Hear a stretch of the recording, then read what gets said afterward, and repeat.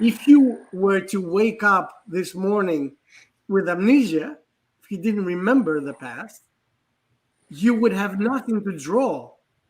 You see, that's why children, little children, they are fascinated with everything because they have no concept of, the poisonous effect of the negative influences. They go out there and everything is magical to them. Like a butterfly, whatever. Oh, look at this! Anything out there is like, oh my god! And we lose that because we take everything for granted. And unfortunately, we take the negative for granted before anything else. But They don't know they don't know the past, they don't know the future. We are the ones who teach them the day, the time, the future, the tomorrow, the yesterday. They don't know nothing. They just pure, like you just said. that's right. Well, that kind of purity is the purity of not having been burdened with past memories that are unpleasant. Now, everything, everything we are is affected by our subconscious mind. What is our subconscious mind is our emotional self. Now, so because Tia brilliantly mentioned the negative thinking, negative thinking. It's not really, in essence, the thinking that is the problem. Is the emotions that the thinking are triggering. So when I think of stuff, um, if I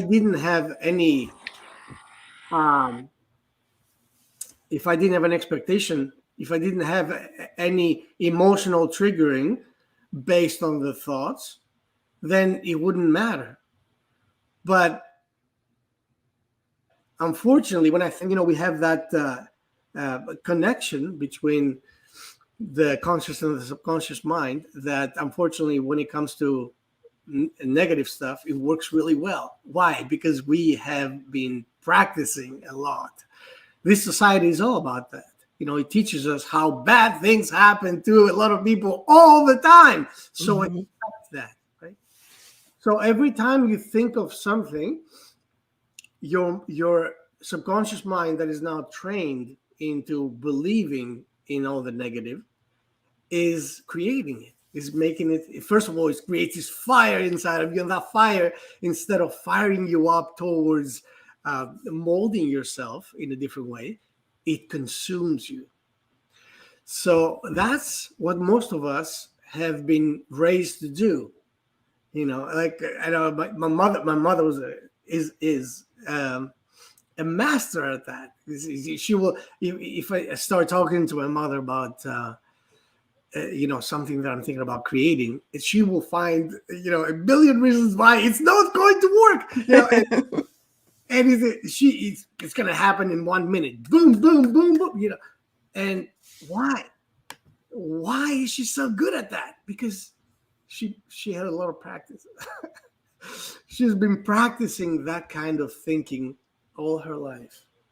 So what we practice uh, persists. What we practice becomes who we are. This is, and again, this is what I call the self-image. Who you believe yourself to be. When you look in the mirror, like, I know Kia looks in the mirror. It's like, oh my god, this is like a Hollywood star. Aw, thank you. But if that wasn't your mind, I mean, we know for a fact that there are supermodels out there that look in the mirror and they think they're ugly. Mhm. Imagine that. Right? So Yeah. that is the self-image, is what your subconscious mind believes they are.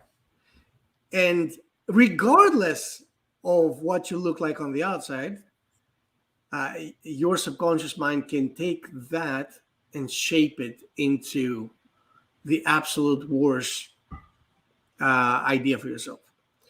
So, and to go actually to go one further and say that you can even improve. I mean, you ladies are a living example of that. Your physical looks based on how you feel too.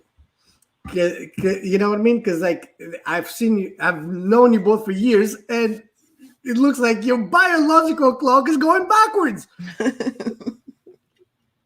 and that is the pure magic of being around in order to grow, being around in order to um, experience and learn more about yourself. Because this is the project. There's only one project in our lives, and that's ourselves.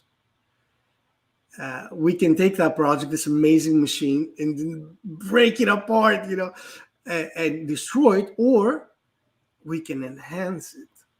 It's a masterpiece. Right? You can take a Da Vinci painting, give it to a child, and they're going to start like drawing with a marker on.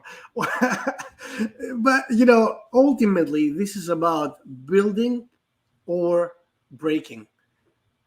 Composing or decomposing. These are the only two options here.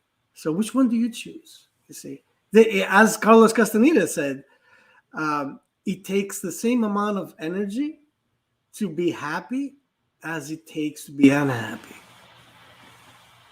You know what I mean? Because it's allowing yourself to be consumed by negativity is actually burning your fuel. Mm-hmm. This is what it is. How you feel is energy, and you can take that energy. It's like siphoning off the gas from your car and lighting it on fire. Just look at it go. You know what I mean? Instead of taking that energy uh, and putting it in your car and then getting on and going somewhere. It takes the same amount of effort to be miserable as it takes to be happy. And that's the truth. Mm-hmm. Yeah. Oh my gosh, that's amazing what you said. There's so much gold in there. Your thoughts are so powerful. They create how you feel. How you feel attracts from your outside world back to you what you're going to experience. And what I like to tell people is told a group of ladies this the other night on 22222. I said to them, imagine that you're in the matrix, but you're the programmer, right? And you can make your outer experience anything you want it to be. The only thing you have to do is think it and feel it. And you can create that for yourself. But the problem is most people don't think they can. And that's the first problem. Or they have all this negative programming, what you call self-image, what Gloria called self-esteem, and what I call the concept of who you are, your concept of self. This is so key to what you experience in your life. So your mindset and your environment is key in you living your best possible life and your happiest life.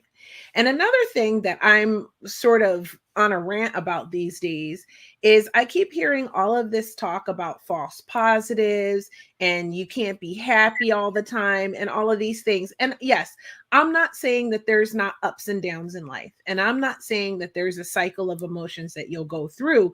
But what is so wrong with seeking pleasure, with seeking happiness, with choosing to want to be happy instead of negative? Yes, like you said, we have so much more practice. It's unfortunately, like from the time we're born, we're being fed like a diet of negative thinking. And I think that's what keeps us oppressed, to be honest with you. Everyone wants to talk about the Great Awakening and all of these spiritual things now. But let's talk about that mind control of the negative thinking that we're taught to think our entire lives, right? What if we change that? And what if it starts with how you feel and think about yourself? What do you guys think? Absolutely. Well, That's go ahead, Gloria, because we haven't said it before. okay, I would say that before all that, like number one, like I said in the beginning, the education, and Mhm. also Kia, we have a long way to go to break those patterns, all patterns that we bring.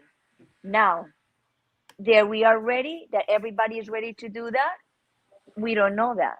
But to break those patterns, it needs a lot of time. And to be able to be a better person every day, you need to see the dark. You need to see the dark. You need to fail to be able to grow.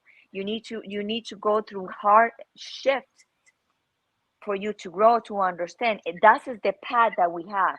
Now, when we get to a point that everybody have the conscious mind, probably we can talk a little bit more different. Like, yes, we can sustain more time, our life more happier, get more stuff more into our life more positive way. Yes, but right now we are coming to just clean all the mess from our ancestors, and we clear up, and we are like the generation that we just, okay, we need to be better because the generation is coming needs to learn something completely different of what we learned, because what we learned, it was completely obsolete. And I'm being seeing that in my own life. I said, wow, I wish that my father and my mother was different, but also at the same time, that is exactly the path that I choose to go to be able to be who I am. So it's kind of, it's two-way street. You need the darkness to see the Of light. course. Of And course. if you go straight all the time, what you're learning, you just stay there, like you're stagnated in the same place. So you need to go down to be able to become stronger. No, that's true. Fortunately or unfortunately, it's like that. It's So it true. depends your mentality. It's true what you're saying. We are going to have downs, but my point is, why is it so wrong to want to get through that to get to the other side of happy faster, right? Not at all. Why is it, There's why does nothing it wrong with that. seem that we are constantly being told these days, happiness is fleeting, don't it's false positives, you can't be happy all the time. Everybody knows that. But my point is, yes, you have to go through trials and tribulations. Yes, you're going to have to face the dark. That's what makes the light so amazing. Okay, so yes, you're going to go through those things, but why not, when you're going through these dark things, be looking for that light, be looking towards, how can I be, how can I have a better experience faster? How can I get to the other side? I feel like there's sort of this war on happiness. Like, it's so It's a wrong to just programming. want to be happy. It's a programming. They're programming people to not, that to believe again, like we said in the Mm-hmm. beginning, that it's not possible to be happy. I Mm-hmm. think it's possible to be happy and maintain it for a long time. I know that, but Yeah. it takes work. Yeah, it But they does. And they shit's doing gonna they doing happen the too. opposite. Yeah, they doing Mm-hmm. the opposite for keep people thinking that it's too hard to be happy. It's not true. Mm-hmm. You need to Mm-hmm. work. Yes. Well, Yeah. I will pose a question. First of all, although I agree 100% with both of you, what makes the idea that, oh, we cannot be this way? You got to go through hard times in order to. We don't know that. We do experience it, but have you ever known anyone who were lucky all the time? Have you ever? I have. These people exist, though. You see, and the idea here is that there is no rule that says, there's no law that says you can't have a smooth ride. That's another programming.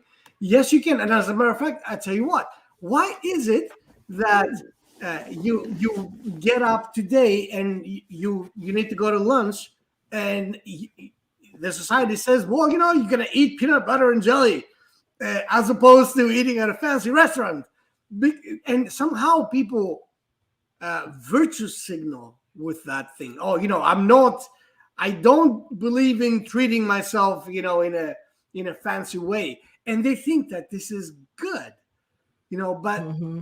whatever you present yourself with is whatever yourself accepts. So